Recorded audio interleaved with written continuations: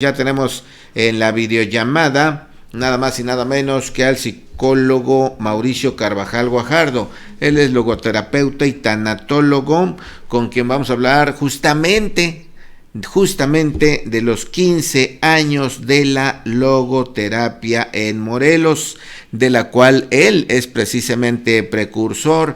¿Para qué sirve? ¿En qué la utilizamos? ¿Cómo nos puede ayudar en nuestra vida personal? Así es que es un gran gusto saludarlo a la distancia. Mauricio, muy buenos días. También para usted, don Evaristo, muy buenos días. Muchas gracias por recibirme y con mucho ánimo de hablar el día de hoy de la logoterapia. Efectivamente, en Cuernavaca y en Morelos en general cumplimos 15 años de manera organizada, de manera seria, de manera oficial con la logoterapia en Morelos.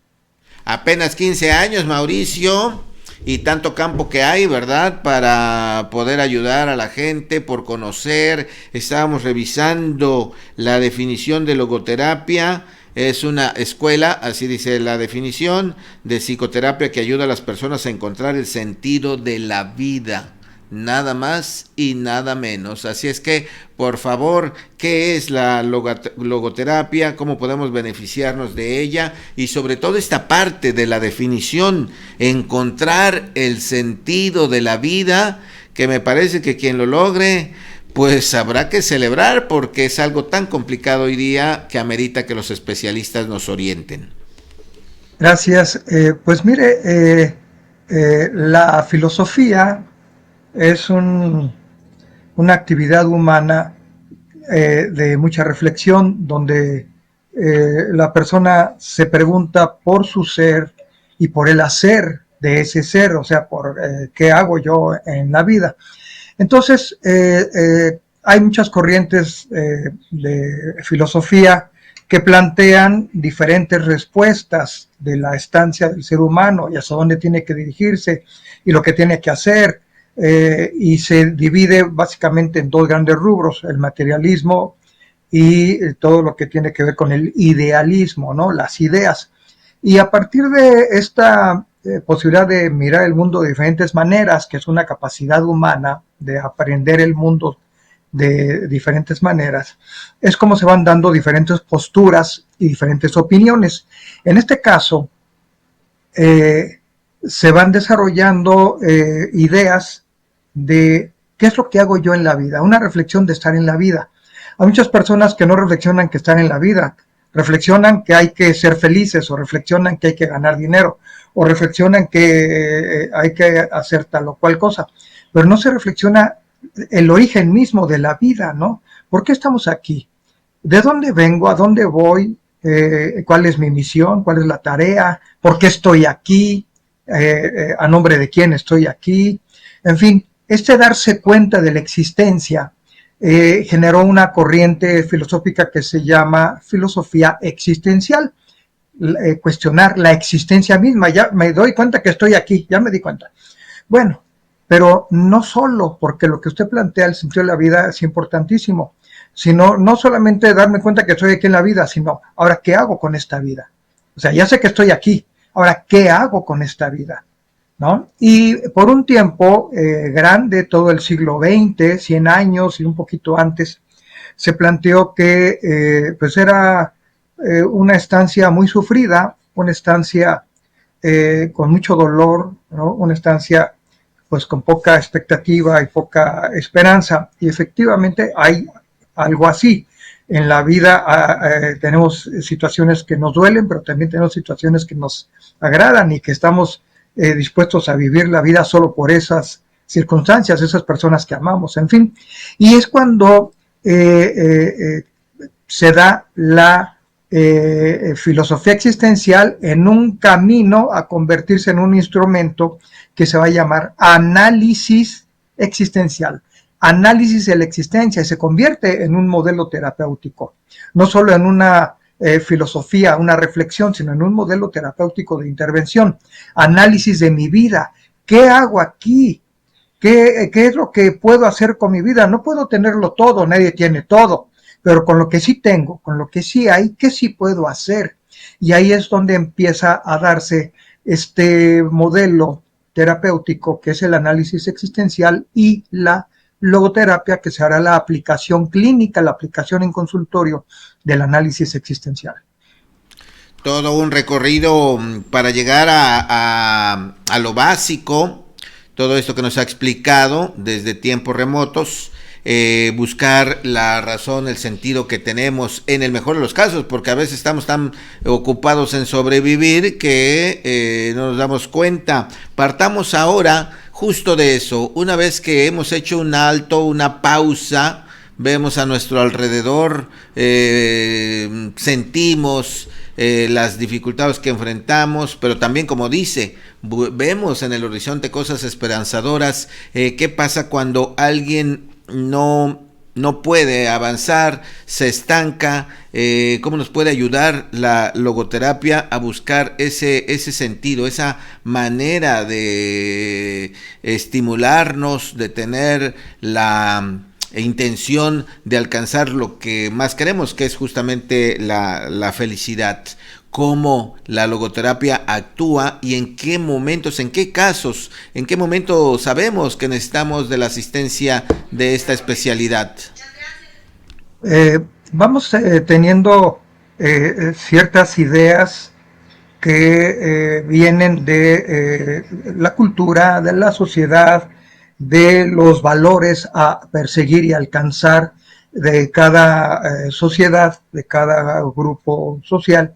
Y efectivamente entre ellos está el de la felicidad, pero aquí se cae en una trampa. La felicidad no es la razón de la vida, la felicidad es un producto secundario, es decir, nadie es feliz nomás porque sí, sino es feliz con razón de, en razón de, con motivo de alguien, de que yo amo a alguien, de que yo hago un propósito en la vida, de que doy un servicio, de que sirvo para algo, ¿no? Y entonces la famosa palabra satisfacción tal vez sea lo más cercano a la felicidad. Cuando me siento satisfecho por cuidar a los míos, por hacer lo correcto, por haber ayudado a alguien de manera desinteresada, por una ayuda incluso en el anonimato, y me queda este reservorio emocional que se llama satisfacción. Eso sería la felicidad prácticamente, o lo más cercano a lo que experimenta el ser humano como la felicidad. La felicidad no es así como que estamos contando chistes y nos rascamos las axilas para estar riéndonos a carcajadas, todo eso, no, eso no es felicidad. Felicidad es un componente emocional muy interesante que tiene como expresión más fidedigna la satisfacción. Entonces, la felicidad no es la razón primaria para la que nacemos, porque ahí es donde mucha gente se confunde, ¿no? Hay que ser feliz a toda costa, no, sino hay que tener razones. El ser humano sí busca razones, sí busca motivos, sí busca significados para que de esos sea feliz. Y entonces se esfuerza en crear una familia, se esfuerza en mantener una familia, se esfuerza en tener un trabajo, se esfuerza en desarrollar nuevas tecnologías en ese trabajo, nuevas formas en ese trabajo, por ser bueno en ese trabajo, no solo bueno, por ser lo mejor posible en ese trabajo, en los estudios que se eligen tener, en fin. Hoy vemos de pronto una desorientación tremendo en esta búsqueda de la felicidad sin tino, ¿no? Como gallinas sin pescuezo, ¿no? Corriendo por todos lados y que no atinan a darle. Y hay gente que toma un trabajo y detesta el trabajo y se jubila de un trabajo, Evaristo, de 30 años después, de un trabajo que no le gustó. Se alían a relaciones de pareja que en un primer momento fue pasional por lindas piernas y encantadores las personas como lo son cuando se conocen, y después llega el hastío y se mantienen juntos porque ya invirtieron en una casa, porque ya hay 2, 3 hijos, en fin, o se meten a estudiar, sí, voy a estudiar inglés, voy a estudiar una nueva carrera, voy a estudiar un instrumento musical, y no estudian cuando son decisiones de las personas. Entonces ahí podemos ver cómo se puede hacer una vida aparentemente en busca de la felicidad y ni siquiera estamos haciendo nada en nuestras decisiones. Ya no digamos decisiones que nos impongan. Hay cosas que podemos llegar a hacer porque la necesidad obliga a uno. Pero hay cosas que hacemos por voluntad y a esas son las que traicionamos también. cosas que decimos, me voy a meter a estudiar inglés y se pasa el año, se pasa el semestre, se pasa el curso completo y no estudié, y argumento es que no tuve tiempo. Pues el tiempo se lo busca uno. Las 24 horas son para todo el mundo, para los funcionarios públicos, para los empresarios, para los que no hacen nada, y para todo el mundo son 24 horas, y depende de nosotros cómo organizarnos para que podamos caber en lo que queremos hacer de la vida en esas 24 horas. Entonces, eso es lo que busca la logoterapia, ayudar a las personas a que le den sentido a sus vidas, sobre todo a las decisiones que toman. Lo más trágico que yo he visto en el consultorio, don Evaristo, es personas que se traicionan a sí mismas. ¿Cómo? Un ejemplo muy claro. Las infidelidades. La infidelidad es ponerle el cuerno una persona a otra, ya sean hombres o mujeres. Y esto me parece una atrocidad, no por la persona engañada. Eso sería, fíjense lo que voy a decir y soy responsable de lo que digo, eso sería solo un daño colateral. El daño principal es el autoengaño, porque yo Mauricio, me comprometí con Sandra, mi esposa, así se llama mi esposa Sandra, me comprometí con ella y de pronto le pongo el cuerno. Sandra estará lastimada, evidentemente, porque la estoy engañando, pero el primer engaño y el más fuerte, el más significativo, es el mío, porque estoy vulnerando mi compromiso personal. Y cuando estamos vulnerándonos a nosotros, cuando nos ponemos la zancadilla a nosotros mismos, estamos en serios problemas, porque estamos como gallinas sin cabeza en nuestra propia vida. El análisis existencial diría, estás perdido en el espacio. Qué interesante, Mauricio, por eso nos encanta platicar con usted, cuánto aprendemos. Me gustó mucho esa parte que aclara de la felicidad, que no es una situación que simplemente se llega y ya, sino que hay elementos, hay materia y sobre todo se construye todo esto. Y esta última parte también me parece un ejemplo bastante claro de lo que uno puede hacer y que cree una cosa y que en realidad está pasando otra. Eso de engañar a otros, por ejemplo, ¿no? Entre muchos otros ejemplos que podríamos citar. Ahora, ¿qué pasa con la logoterapia? Surge porque es una condición a la que nos lleva la vida misma, o es una situación en la que caemos inesperadamente, o de manera natural podemos llegar a ella. Y lo más importante, ¿cómo podemos salir? ¿Cómo nos ayuda? No sé si hay herramientas sencillas que al darnos cuenta de estar perdiendo el sentido de la vida podamos aplicarlas, o necesariamente tendríamos que asistir al especialista. La psicología, que es una derivación de la filosofía históricamente hablando, tiene diferentes maneras de abordarse. Por ahí salió una lámina donde viene toda la ciencia psicológica. Hay muchas maneras de interpretar a la persona. Por ejemplo, llega una persona con su terapeuta, ¿no? Con su psicoanalista, y le dice ella, de manera desdichada, le dice ella, sufro mucho ahora que me han detectado este cáncer, sufro en mi vida porque me detectaron este cáncer. Y el terapeuta le dice, no, está usted equivocada. Su vida ya era sufrida, su vida ya era miserable antes del cáncer. Una interpretación como esa no viene al caso, no sirve para nada, ¿no? Solamente hacer ver a la persona que es más vulnerable de lo que ya está. Cuando una terapéutica desde este punto existencial tendría que ser un espacio que dé esperanza. ¿Por qué? Porque la esperanza, y esto es importantísimo, la esperanza nunca está aquí. La esperanza está allá. Esto quiere decir que nos conecta nuestra vida con el porvenir, con lo que está por venir. Y entonces ya no nos quedamos aquí, ya la historia no se termina de escribir aquí, sino que continuará allá. Y esa es la esperanza. Incluso se dice de manera coloquial, que coloquial es solo un decir, tiene mucho fondo, que lo último que debe de perder el ser humano es la esperanza, porque está uno sujeto a ese porvenir. En el pasado se hacían interpretaciones psicológicas en otras maneras de entenderse la psicología, pues como fatalismo. De hecho, básicamente las primeras escuelas de psicología eran fatalistas y solo se revisaba el sufrimiento, solo se revisaba la enfermedad mental, solo se revisaban los síntomas. Entonces se acudía al psiquiatra, al terapeuta, al psicólogo, al médico especialista, porque estaba uno mal, porque está uno mal.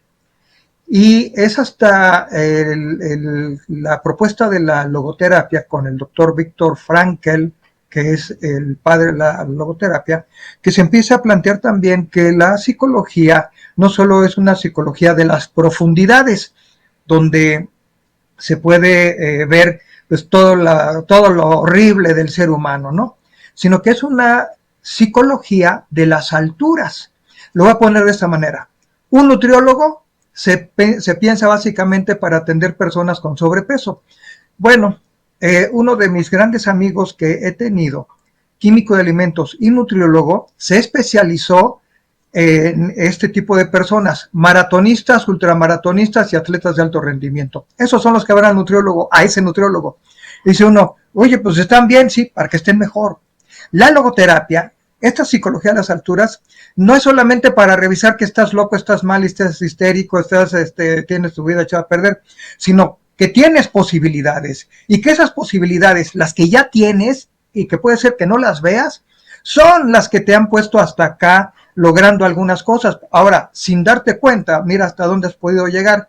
¿Qué pasaría si empiezas a darte cuenta y de manera responsable, que significa la forma de responder a lo que te sucede, de manera responsable, catapultas e intensificas y potencializas todo lo que puedes llegar a hacer? Y yo no sé si la gente se haga rica o se haga funcionaria pública o empresaria, pero sí tendrá razones para estar más satisfecha y más feliz con su vida. Qué extraordinario, me gustó esa última frase, estar satisfecho con su vida, creo que es lo menos a lo que podemos aspirar. Y bueno, le comento, Mauricio, mire, hablando de Viktor Frankl, acá tenemos su libro, El hombre en busca de sentido, que nos trajo aquí la producción. Aquí podemos abrevar y conocer más de esta especialidad. Y regresando al tema, decía yo, podemos ser nuestros propios logoterapeutas, podríamos tener algunas actividades o algunos hábitos que nos ayuden a este camino de encontrar la satisfacción. Sí, la logoterapia tiene tres maneras de ser utilizada como una herramienta. Una de las maneras es la logofilosofía, es decir, la reflexión del ser humano, ¿no? ¿Cómo se organiza el ser humano? ¿Por qué de pronto tengo estos miedos? ¿Por qué estoy angustiado? ¿Por qué respondo con enojo? ¿Por qué soy el que soy? Esa es una manera filosófica de entender al ser humano. Luego, eso es solamente conceptos. Viene una segunda forma de aplicación de la logoterapia, que es justamente la clínica, ¿no? La clínica, es decir, ir al consultorio del psicólogo y que el psicólogo tenga herramientas para utilizar con el paciente y que ayude a aclarar su vida. Ahí vemos cómo la persona puede descubrir una circunstancia que parecía que era ajena a ella. Por ejemplo, llega una señora y me dice, estoy mal con mi esposo, estoy mal con mis hijos, estoy mal con mis padres, estoy mal con el jefe de mi trabajo, estoy mal con mis hermanos, estoy mal con el vecino. Y tal vez estaba buscando la conmiseración, ¿no? Que tuviera uno pena de ella, ¿no? Y la logoterapia la enfrenta, es un análisis de la existencia, y le preguntaría uno a ella, bueno, si en todos los frentes sociales con quien se relaciona usted tiene problemas, ¿qué estará haciendo usted sin darse cuenta para que en todos los frentes de manera sistemática tenga problemas? Posiblemente usted tenga algún tipo de respuesta ruda, algún tipo de manera incomodante de ser y no se dé cuenta. La logoterapia entonces apunta a que la persona se dé cuenta de que no solamente soy víctima, sino que participo en mi victimización. Y esto es un clásico de la psicología, de la clínica psicológica. Me voy a quejar de lo que me sucede y resulta que soy copartícipe o incluso el principal precursor de mi malestar. Por eso yo tengo una frasecita, tengo muchas en la clínica, pero una de ellas es de que al consultorio de psicología, particularmente el de la logoterapia, solo van dos tipos de personas. blancas palomas y santos bajados del cielo. Todos los demás, los malos, ustedes están afuera. Y eso no existe. Yo soy colaborador en muchos casos de muchas de estas cosas, ¿no? Eso es lo que se hace ver, que la persona se haga cargo de su vida, de su existencia. El análisis existencial es hazte cargo de. Tú puedes tener una pareja que es asesino serial y eso no es el problema. El problema es por qué estás al lado de esa persona. Ese sí es el problema, no de que si la persona es buena o mala. Porque una especie de conjetura básica es que el asesino serial tiene que cambiar para que yo sea feliz. No, el asesino serial será el asesino serial.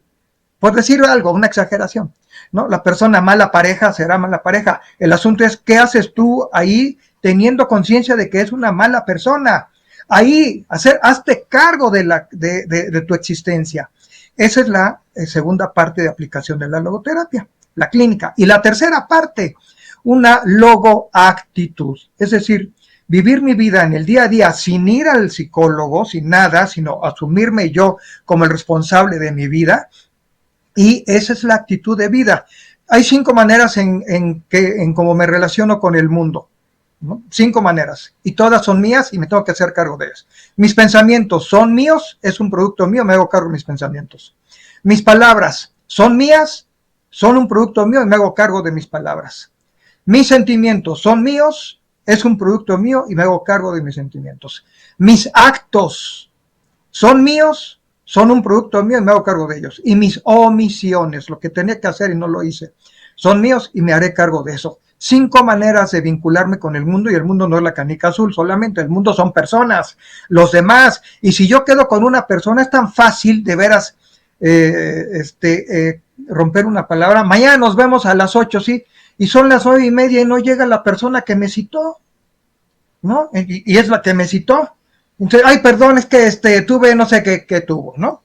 Bueno, si uno se compromete, como dice la frase, uno es amo y señor de su silencio y esclavo de sus palabras. Si yo me comprometo, llueve, trueno, relampaguee, estaré haciendo el esfuerzo por cumplir, porque eso es hacerme cargo de mí. Esa es la logoactitud, que yo me hago cargo de mí. Cuando me hago cargo de mí, ya no necesito ni el policía atrás, ni el maestro atrás, ni el juez atrás, ni el que me va a estar enseñando, nadie atrás, porque yo haré lo que me toca hacer y además lo haré con buena actitud.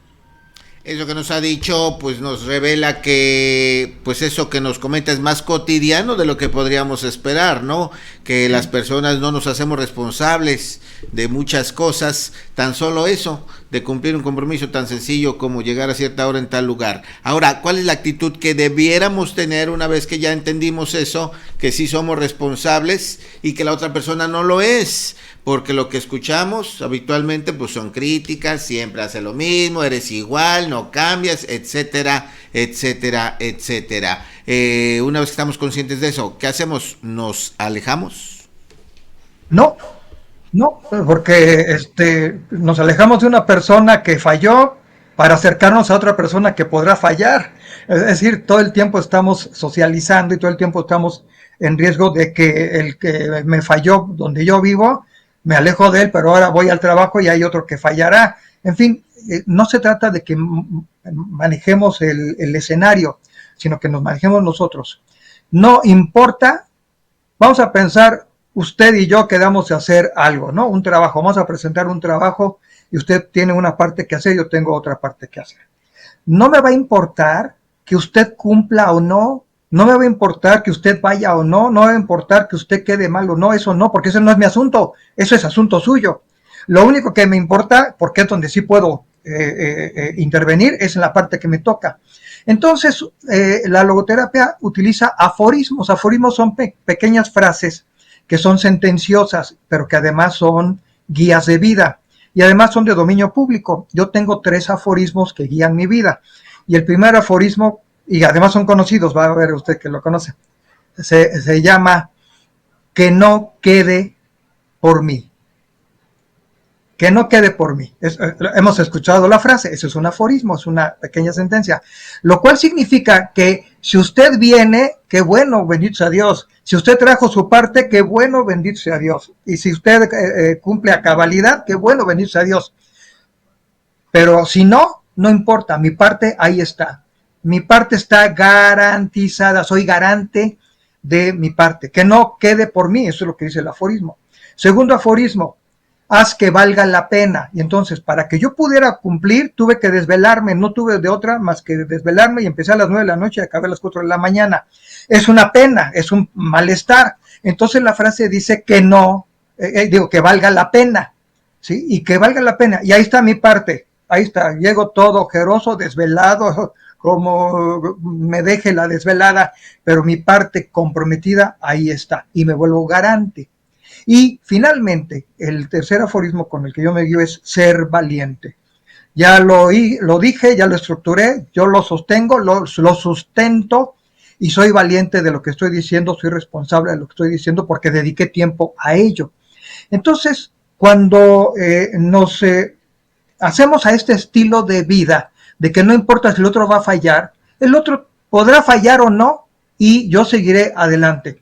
El prestigio es una especie como de aroma, no huele a nada, evidentemente, pero en la metáfora es una especie de aroma que se percibe. Cuando una persona es cumplidora, cuando una persona tiene palabra, cuando una persona es confiable a base de la relación, de estar parada en la relación de una manera donde se hace responsable de ella, las personas se prestigian o las personas se desprestigian. Y estoy seguro, don Evaristo, que usted y todas las personas de su auditorio que están viendo y escuchando, estarán pensando en alguien. Sí, yo conozco una persona que ni por error le dejo las llaves en mi casa porque va a ser un desastre.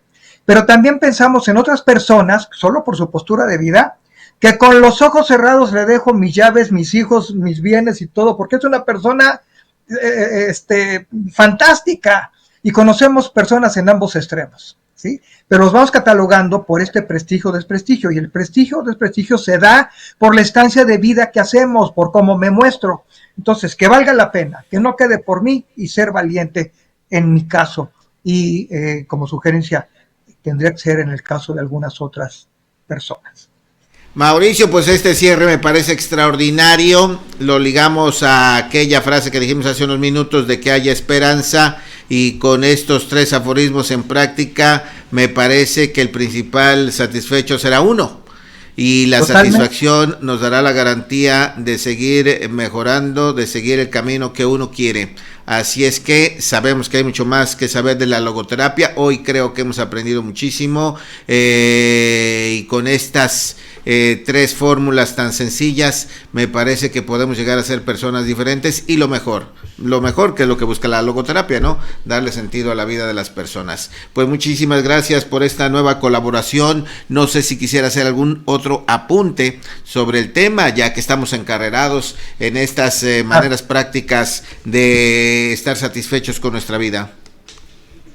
Tal vez digamos, mensaje final es importantísimo porque muchas personas dicen, bueno, ya medio entendí cómo está la logoterapia, buscar el sentido de la vida, ¿a dónde lo encuentro? ¿No?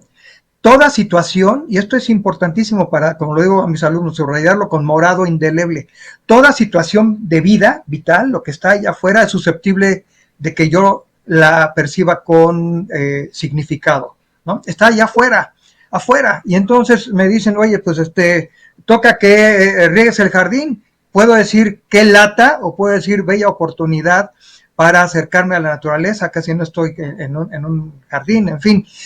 Todo tiene la posibilidad de que se ligue al ser humano desde un sentido, y no desde un forzamiento o desde una forma pesada, ¿no? Sino otorgar sentido. Y muchas personas, me he cansado de ver en 40 años de ser terapeuta, personas que decían no a algo y de pronto se permiten, después de mucho forcejeo, acercarse a muchas de las caras, facetas que tiene la vida y descubrir que les encantó, ¿sí? El sentido es ahí, y lo único que tenemos que hacer es ir y descubrirlo en cada situación de vida. Excelente, mejor remate no puede haber. Muchas gracias, Mauricio Carvajal Guajardo. Bueno, por lo menos a mí me motiva incluso toda esta plática, este conocimiento de lo que es la logoterapia y de que podemos nosotros, cada quien en su vida, buscar lo que quiere, lo que puede y hacerlo sin tanto accidente, sin tanto trauma, llegar a estar satisfecho. Me parece que eso es muy importante con uno mismo, con lo que hace. Así es que muchas gracias nuevamente por esta colaboración, le mandamos un gran abrazo en nombre de todo el equipo de producción y muchas gracias por esta participación. Hasta pronto. Con mucho cariño, muchas gracias. 15 años de Mauricio Carvajal Guajardo, usted lo puede encontrar en Cuernavaca, ¿verdad? Le hubieras preguntado sus números de contacto, pero bueno, la siguiente vez los vamos a compartir. Pon esa imagen, ahí la tenemos, dice Sociedad Morelense de Logoterapia, Análisis Existencial, más logoterapia. ¿Esto de qué es? Es la asociación que... La asociación en la que él participa. Perfecto. Oye, qué gran tema este.